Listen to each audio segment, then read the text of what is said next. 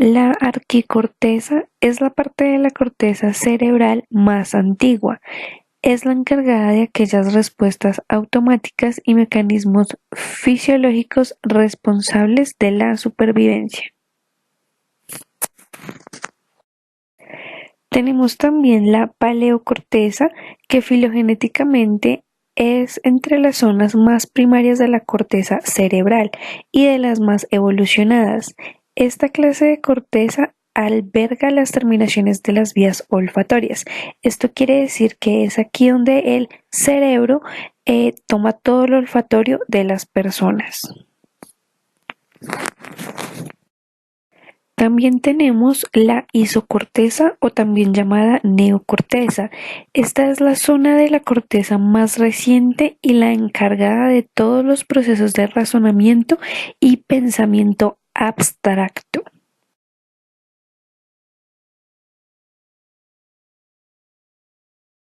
Tenemos el lóbulo frontal, es una de las partes del cerebro más estudiadas y más interesantes desde el punto de vista de la psicología, también de la neuropsicología y también de las neurociencias en general. Esto se debe a que no solo es conocido por el hecho de ser el lóbulo más grande del encéfalo humano, sino porque también son las acciones que nosotros como seres humanos le atribuimos con criterio propio a los movimientos, a las emociones, etcétera. El lóbulo parietal se especializa más en ciertas funciones cerebrales que en algunas otras. Una de sus características puntuales y más principales es que se integran datos provenientes de distintas fuentes. Un ejemplo claro es una mezcla de datos relacionados con lo que el ser humano ve, aquello que nos dicen o que nos hablan, de lo que se escucha. Inmediatamente esto hace que aparezca una experiencia perceptiva y completa de lo que está sucediendo. El lóbulo occipital es uno de los lóbulos cerebrales más pequeños y que ocupa una pequeña porción de la parte trasera del encéfalo entre el cerebelo, el lóbulo temporal y el lóbulo parietal. Una de sus principales características es que va asociado a todo lo que tiene que ver con la visión. El lóbulo temporal está situado en el lateral inferior del encéfalo, aproximadamente a la altura de los oídos. Una de las características principales de este lóbulo es que tiene una gran influencia en las emociones, estados de ánimo, así también como tiene gran influencia en el tema de la memoria.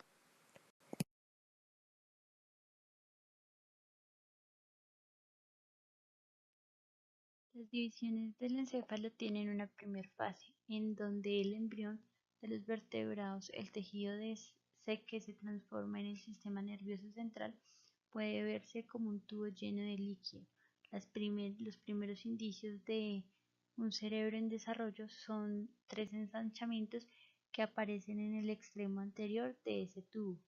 Esos tres ensanchamientos con el tiempo forman el prosencéfalo, el mesencéfalo y el rombencéfalo de una persona.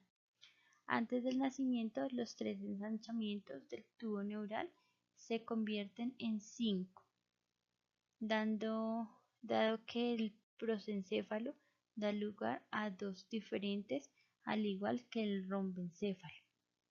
Eso quiere decir que los cinco ensanchamientos que forman el encéfalo en desarrollo son el telencéfalo, el diencéfalo, el mesencéfalo o cerebro medio, el metencéfalo y el mielencéfalo. El telencéfalo se sitúa en el tope superior y las otras cuatro divisiones se asientan debajo suyo. El telencéfalo, más conocido como hemisferio cerebral izquierdo y derecho, es el que experimenta mayor grado de evolución durante el desarrollo, y las otras cuatro partes del encéfalo se denominan tronco del encéfalo, en el que se asientan los hemisferios cerebrales, y al mielencéfalo se le designa bulbo raquídeo.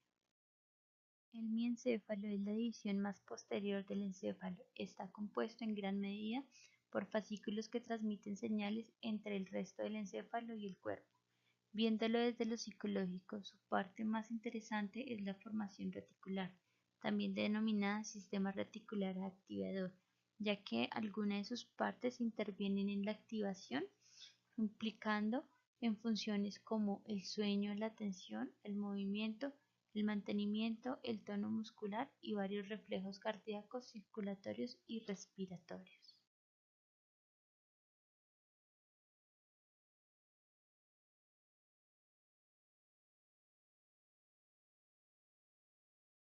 El metencéfalo alberga múltiples fascículos ascendentes y descendentes y también hace parte de la formación reticular. La protuberancia es una de las principales partes del metencéfalo. La otra es el cerebelo, la estructura sensitivo-motriz. Una lesión de esta anula la capacidad de controlar con precisión los movimientos y adaptarse a los cambios de circunstancias. El mesencéfalo consta de dos partes, el tectum y el tegmentum.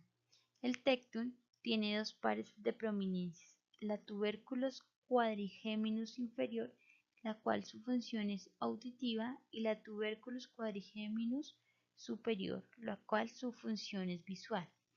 El tegmentum tiene tres estructuras: la sustancia gris periacueductal, que se localiza en torno al acueducto cerebral, que comunica el tercer ventrículo con el cuarto, y es interesante porque interviene como mediador de los efectos analgésicos. La sustancia negra y el núcleo rojo son componentes importantes del sistema sensitivo-motor. El diencéfalo tiene dos estructuras que son el tálamo y el hipotálamo. El tálamo está compuesto por dos lóbulos que constituyen la porción superior del tronco encefálico. Incluye muchos pares diferentes de núcleos, la mayoría proyectan a la corteza. Algunos reciben señales de receptores sensitivos, las procesan y luego las transmiten a las zonas apropiadas. El hipotálamo se ubica debajo del tálamo anterior. Representa un papel importante en el control de varias conductas de motivación, regulación de la liberación de la hormona por parte de la hipófisis, que es la glándula mucosa que genera el moco nasal. En ella también encontramos el quiasma, el quiasma óptico, que converge los nervios ópticos procedentes de cada ojo. Los hemisferios del telencéfalo están cubiertos por una capa de tejido llamada corteza cerebral. Las grandes hendiduras de una corteza plegada se denominan cinsuras y las pequeñas surcos, y las que se encuentran en las cinsuras y los surcos se llaman circunvoluciones. Las delimitaciones principales en la cara lateral de cada hemisferio son la cintura central y lateral, las cuales en cada hemisferio se dividen en cuatro lóbulos: frontal, parietal, temporal y occipital.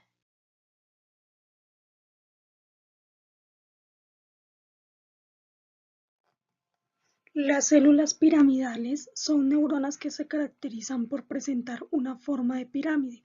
La mayoría de estas células contienen un diámetro de entre 10 y 50 milímetros. También existen células piramidales de gran tamaño. Estas son conocidas como células de Betz y pueden presentar un diámetro de hasta 120 milímetros. Tanto las células piramidales pequeñas como las células piramidales grandes se encuentran ubicadas en el circunvolución precentral motora y desempeñan principalmente actividades relacionadas con el movimiento. Las células estrelladas, también conocidas como células granulosas, son neuronas con forma de araña o estrella. Se encuentran ubicadas en la corteza cerebral y el cerebelo. Suelen presentar un diámetro de unos 8 milímetros y poseen una forma poligonal, es decir, son pequeñas. Células fusiformes son las neuronas que se encuentran en la sustancia gelatinosa de la corteza cerebral. Tienen su eje longitudinal vertical en la superficie. Se encuentran concentradas principalmente en las capas corticales más profundas del cerebro.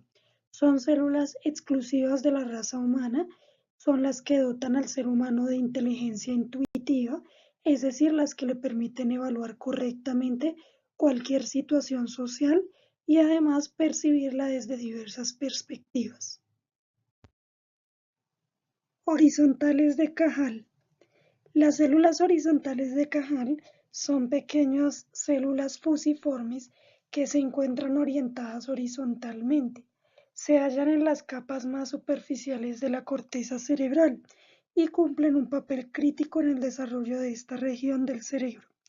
Para alcanzar su posición en la corteza cerebral, las células horizontales de Cajal deben migrar de manera coordinada durante la embriogénesis del cerebro, es decir, estas neuronas viajan desde su lugar de nacimiento hasta la superficie de la corteza cerebral.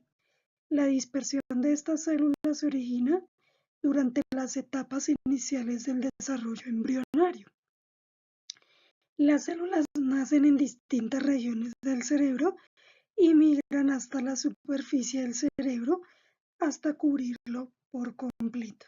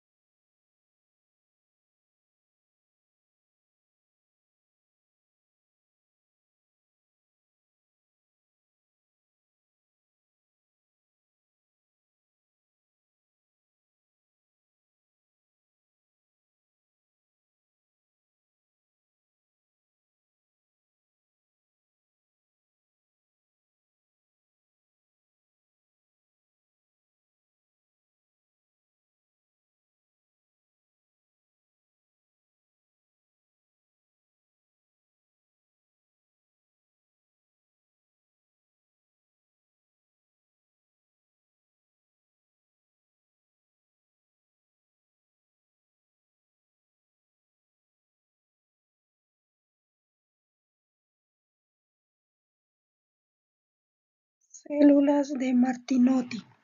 Constan de pequeñas neuronas multiformes presentes en todos los niveles de la corteza cerebral. Se caracterizan por ser neuronas multipolares con dendritas arborescentes cortas. Se encuentran diseminadas a través de varias capas de la corteza cerebral y envían sus axones hasta la capa molecular, lugar donde se forman las arborizaciones axónicas. En este sentido, se deduce que la epilepsia podría estar fuertemente asociada con un déficit de células Martinotti o una deficiencia en la actividad de estas neuronas. En estos momentos, la transmisión nerviosa del cerebro deja de estar regulada por estas células. Esto provoca un desequilibrio en el funcionamiento de la corteza.